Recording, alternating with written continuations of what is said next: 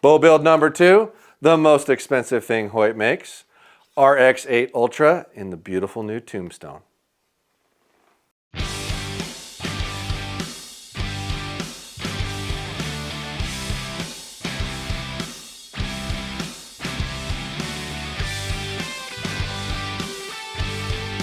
Hello and welcome back to the YouTube channel. MFJJ here with PodiumArcher.com doing bow build number 2. This is the RX8 Ultra from Hoyt. Wider limb stance, 1/4 inch adjustments, let off adjustment built in. Integrated Picatinny, front and rear, dual positions, and the new little stud hole here to allow this sucker to get locked into where it doesn't move, which is a little cool feature. Outside of that, there wasn't any real changes to this carbon bow. I just thought if I'm going to give everybody their best chance to try to impress me on which bow I think is the best, I shouldn't let price dictate it, because I got some gripes last year that I wasn't looking at more expensive bows. So here you go, people. Here's a more expensive bow. Let's see if it has a chance to win. What are we putting on this bow, you might ask? If you can't do that with it, it ain't worth keeping. Hamskea Epsilon.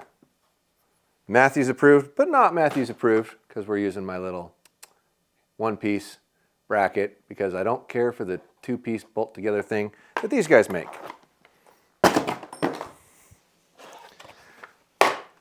Go Sticks 2.0 legs, because why not, right? These are awesome. They're not cheap, but they're well worth it. Black Gold Dual Track, my current favorite sight. Dual pins, dual indicators, and if you're gonna buy something Picatinny adapter. Mount it the right way, micro adjust rail adjustment built into that. Pretty sweet setup. Hoyt, super light stretch 6 in matching color and detachable. Since the other bows got detachable, I'd follow the theme. Podium, narrow series, stiff bar, 15 inches. And last but not least, offset bar with built-in quick disconnect stud, also podium. Probably start with the arrow rest here. I want to change out this cord because I'm just not a big fan of this cord. It seems to stretch really bad. Put some of the little thicker stuff on there. It's already got my little bracket on it, right there. One piece instead of the 2-piecer they make. Grab that cord. This is really an easy fix for, I mean, you're still going to need to stretch it, but it seems like this stuff doesn't stretch nearly as bad as what comes in here. So if you're really into using these rests, I would strongly encourage you to buy, oh, what is this? 5 feet of number 24 BCY, and just change this out. This is like really small stuff. I don't know if it's 23 or what the deal is, but it just seems like it takes forever to stop stretching. So outside of that, the system does work really good. So just refeed it through. Just right out of the gate, you can use whatever end you cut off with to use your string loop material for. Okay, that one's the shorter one. We'll use this one. All right, go ahead and flip this over and tie it on this side. I know this is their launch pad, but for now I'm just going to use that on there. If I end up with this bow, I'll change a couple of things out, but I'll put this on the inside. Actually, yeah. So we're going to like that. Through the hole here. You're not going to be able to get a good angle of this the way I'm standing. There we go. Whoop, whoop. And back through here. Did I get you? Dang, that'd have been cool. All right, back over here. Going to cut and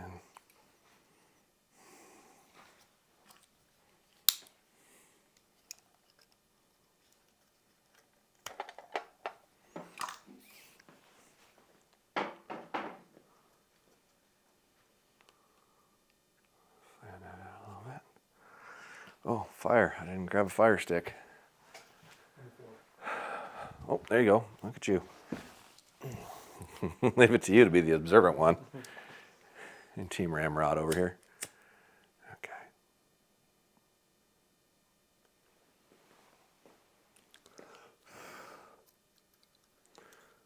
Cinch down. Okay. Back up to here. And bolt this on. There's only one rest hole in here, so I can't do two, but this is a flat backed piece. So I'm going to move it all the way forward and keep it flat up against the riser there. Like so, and then just tighten her down.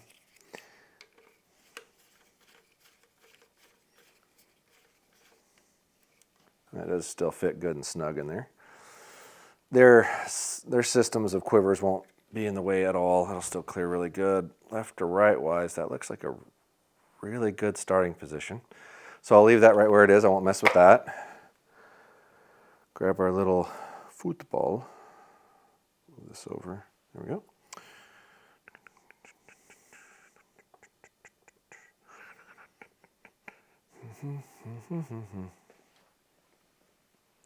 Through. Oh, stay there.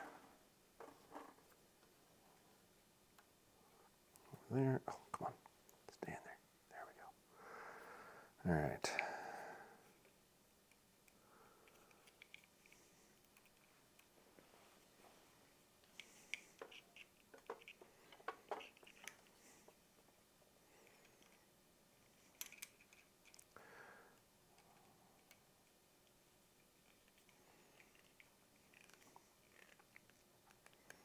Okay. Leave me at least 5 inches, so I've got enough for a loop later. Gosh, this thing's so dull. Ooh. And that'll be my string loop. And then I can use for another project.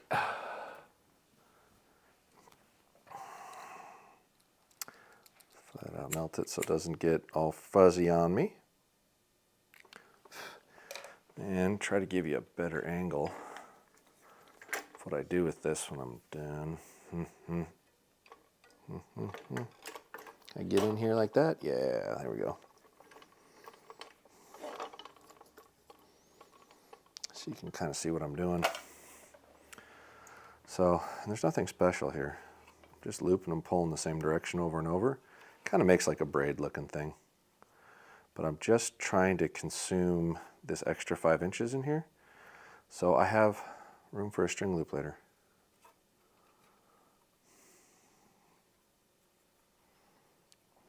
You can do it however you want, but this will come undone easy enough if you need it in the woods. If you manage to break your string loop or something, you're not walking back to the truck. You might actually be able to make it work. Nothing fancy, just a little braid. Okay.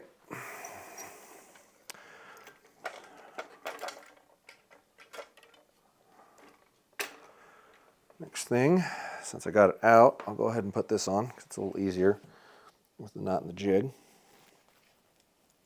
This is the new Gen 3 podium bracket with built-in quick disconnect. For those of y'all like to take your stabilizer off and put it in your case, it's all built into it. It's roughly about where I would want it. Tighten that down. I'm not really fixated on this thing being perfectly level, but you can set it however you want. You know, some people want to angle them out, some people want them flat. Kind of up to you. I like to run like that because if you look at the way this wrist strap sits, that's how my hand's going to come into it. So it's a little easier if you have the opportunity to angle it. I encourage you to do so, but some people won't like how that looks aesthetically, so don't do it if you don't like it.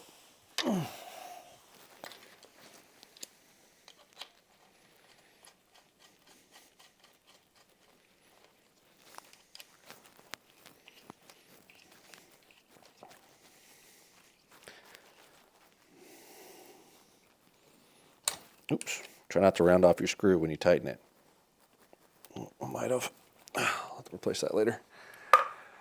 Okay, I won't put that in there because we're still working on it. I'd say we're putting a sight on now. Or no, we can put the quiver on first. Let's see if we can do that this way as well. Hang on. Think about this. Can I? No. Yeah, there we go. Now I'm thinking smarter. Okay. Quiver. Little tape. Little tape. Oop. Little tape, little tab. out it all comes. Hoyt did a really good job with their accessories, just being honest. Being relatively lightweight, attachment systems are real nice. The low profile nature of them. And if you take the hardware out of this equation, well, the thing's really light. This does have some weight to it, but unless you're like being a little bit on the ignorant side, you're not going to use these longer extensions and push your quiver out farther. So that has a screw in it and a piece on it, so that you are losing some weight there when you mount this. So it's not as heavy as all that shows. But all in all, they are really good quality and kind of really well thought out. And the neat thing they did that Matthews didn't was they moved the quiver back to where it wouldn't be in the way of your arrow rest. So you don't really have to use an integrate rest to use their quivers. So it leaves you more options rather than forcing you to kind of use an integrate quiver. And I like that they did that. So let's see here. This is going like this. Yeah. Okay. Rotate this one over. They just move them like this in the package so it fits in the package a little easier. Gonna leave a little bit of tension on there, but not a lot. The one-piece model comes with, it's more expensive than the two-piece by like 50 bucks, but it comes with wing nuts on it instead of set screws, so you can kind of take it off really easy. Whereas the two-piece model, you can take it off and leave the mounting hardware on there, but it requires an Allen wrench. These are intended to just zip on, zip off, easy on, easy off removal, which is a nice little feature for those that want to take your quiver off.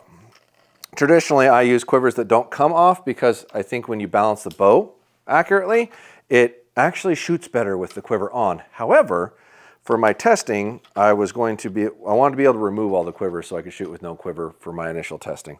So we're trying to be a little more fair on each individual setups. So, and then this little set screw right here is how far in you want the quiver to go or mount when you go to take it on and off. So it's a nice way to make that system more adjustable without adding a whole bunch of weight to do it. So that part's pretty cool. I'm going to bring that in as much as it'll let me, because I like my quiver to be tight to the bow when it's on the bow if I can. Bring that in there. I'm going to take this off altogether, and that's the wrong size, because I don't need this extension on here at all. Don't need that. And then this mounts on here, and the indents face forward. Yeah, so that's forward. So these bumps should go forward when you mount it, if I remember right. Is that right? Forward like that. Yep.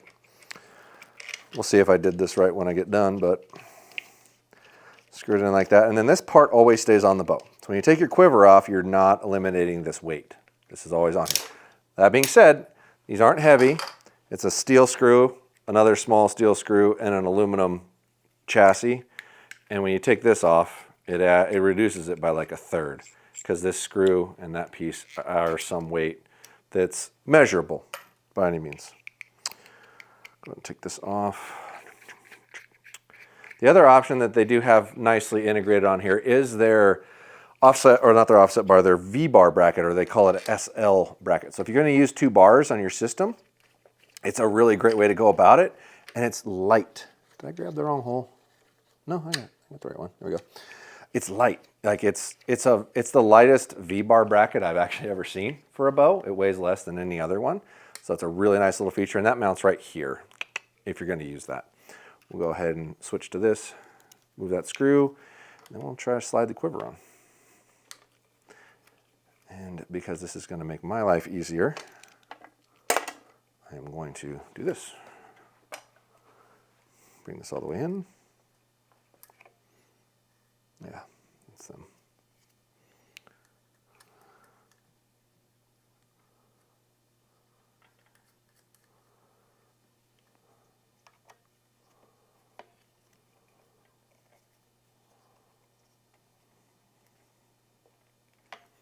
All right, let's see how close we are in the positioning of these. So we'll slide one on a little bit. And we'll go, that hood-wise, I don't think I want that hood any higher, or it might run into the limb. So I may bring this down a little bit just to be safe. Down to where it lines up here. Okay, cool. Then slide them in until you hit that screw. and then tighten that wing nut up, and you'll find an indent. You can kind of feel it click in. There you go. Tighten that up a little bit. Yep. Right there. And check your rotation.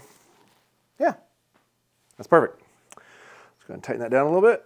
And that is where you would run that. So now, I think that all that leaves us with is the sight. Pause. Okay, dual track 10,000ths green yellow pins, my fave. We always carry these in the standard direct mount version, and then just sell the part to change it to whether you're putting it on a pick or a dovetail or bridge lock, because it costs the same. You're not saving any money buying it separately, so that way it's a little easier for us on inventory. Not going to need those. We are going to need this. Bridge lock, Picatinny mount with the 3rd axis micro in there. Okay, so this, you've probably seen this multiple times, but if you want to watch it again, you can. Changing the base out from the direct to the pick. Take these screws out. Oof, sometimes these screws have like a little crap in the base, so make sure it's all the way in there before you really reef on it, or you might strip the head. I've noticed that several times from them. I'm not sure why. Not sure if they're just not great screws or what the deal is. Okay, pop these two out.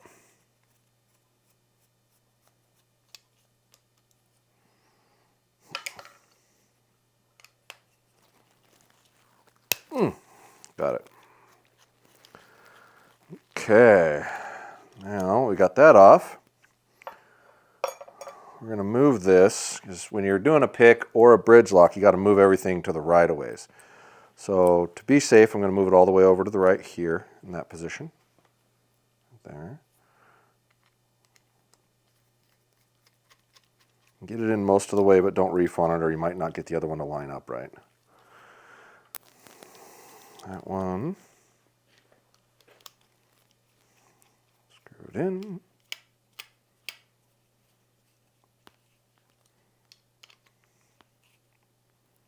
Okay. Then put that back on here. And screw these two screws back in.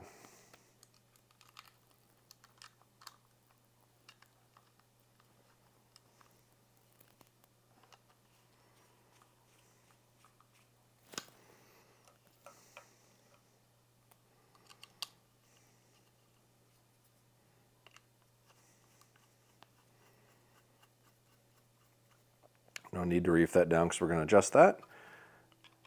And one nice thing I got to say is all these screws are the same Allen wrench, so you only need one to do it. And it just happens to be my big angular one, which is really nice to use. So here we go here. Screw it on. Tighten it down, and for any pick mount setup, it's that simple. Give it a good reef, and voila, you're good.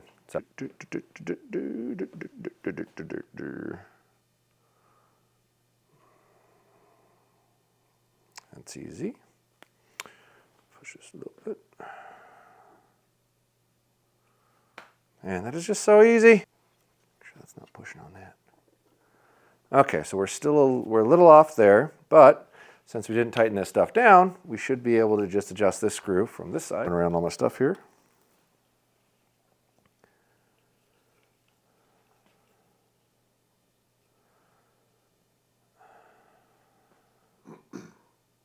Lovely.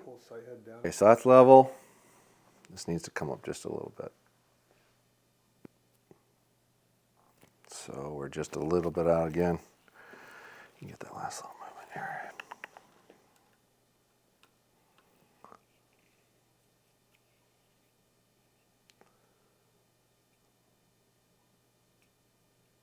Beautiful.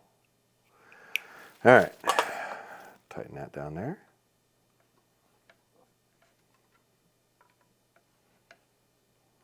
Okay, we don't need that anymore. Now, the only thing we got left to do is get that sucker to read perfect, which is the difficult part of this task. Always is.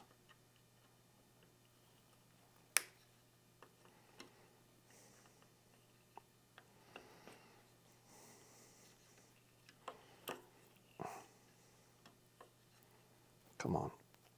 Gotcha.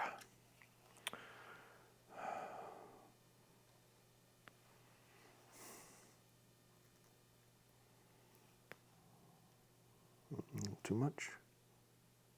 Oh, not enough. Now. Okay, finally. Whew! Yes! Success! All right. Well, what do we got left? We got to make a string loop, don't we? That's it. All right, string loop, here we go. Okay, got our square on here. I'm going to mark where the bottom of the arrow is going to go. Up there, and then we can get rid of that. If I look awkward, it's just because I'm trying not to move with this camera over my shoulder. All right, don't need that. Need some of this.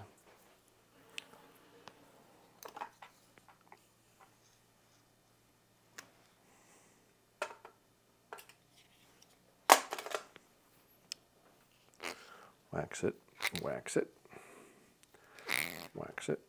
Don't bump nothing. All right, cut it in half. We're going to use it for both.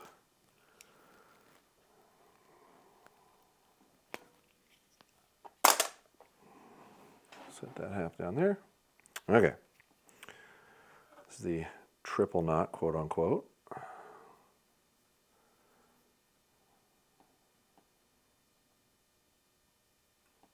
There we go. There's one.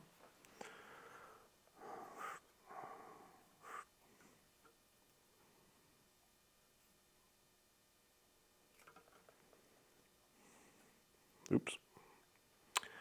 End over end's got to be right. One. Dang it. Got me all conscious. Don't move your arm that way. You got plenty of room. All right.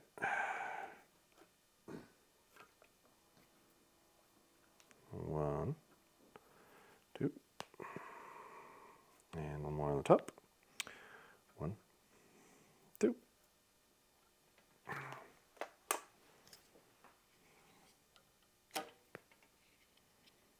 The other one.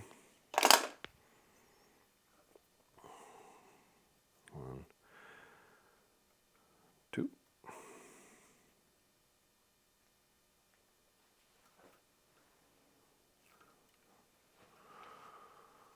One, two. One, two. One, two.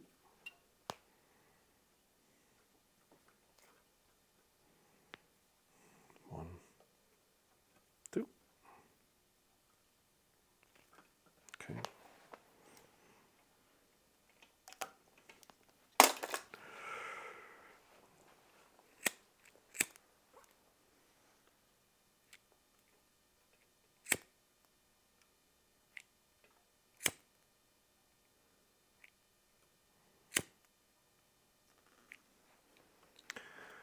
Okay.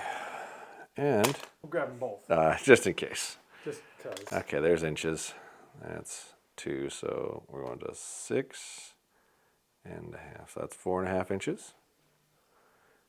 Now I think I don't need that anymore this time, really. I'll just cut it with these.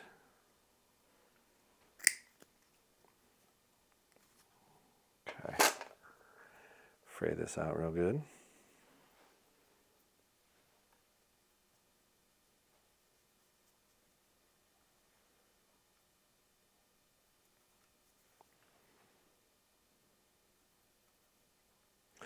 I like to fray these things out a lot. Don't just do a small little ball. You gotta have a good sized ball because you can pull it back through itself if you're not careful.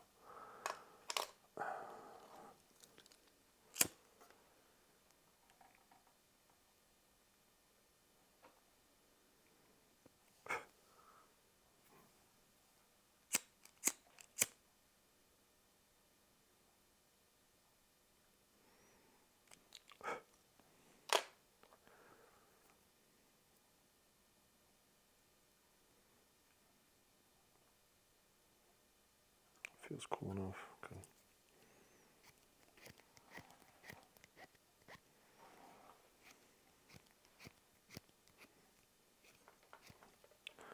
All right.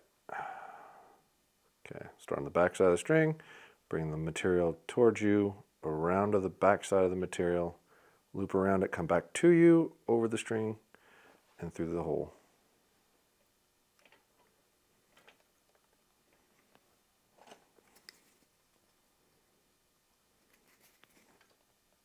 Tug. And then the exact same knot facing the opposite direction. So you bring the loop on your side of the string, loop over it, go through the hole, grab your pliers again, give it a little bit of a tug, get a little bit extra material there, move it back over, and then push that tail through the hole. This is always the hard part. A lot of times it'll feel like it doesn't want to go through there, or you just don't have enough room. You'll feel it bump like that. It popped back through the other side, so then you can put your loop pliers through there and stretch. Now you need to probably stand and stretch it a little more, but that's your string loop. Okay, last but not least, we need to put on our go sticks. We are not tuning this bow or adjusting the wheel lean or putting it through paper because we're going to make videos on that process. So this is just bolting on the parts, the process we use to bolt them on, how we go about it. Nothing more to it.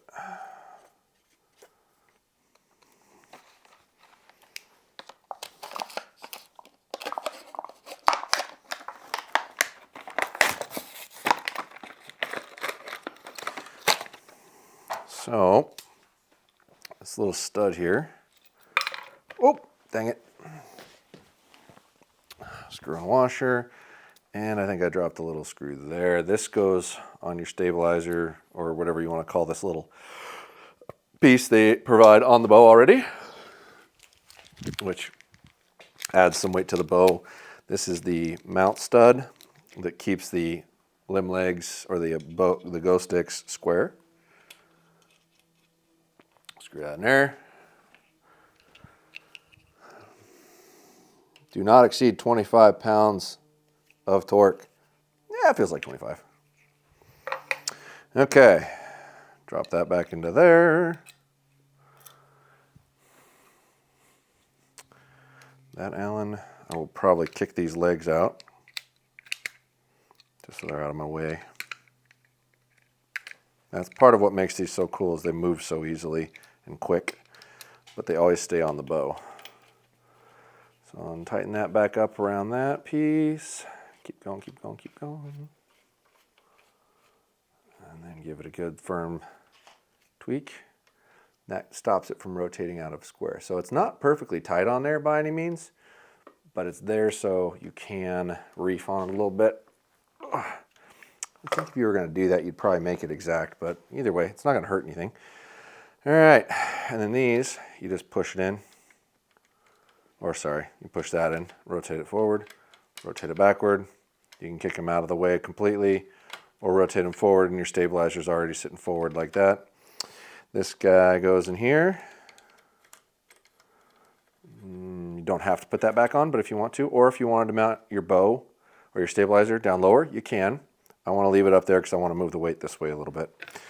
So that is our complete bow build for the RX8 Ultra. Stay tuned when we start to shoot these bows against each other and get some actual feedback from which one really feels better to me and which one seems to shoot or group better for me.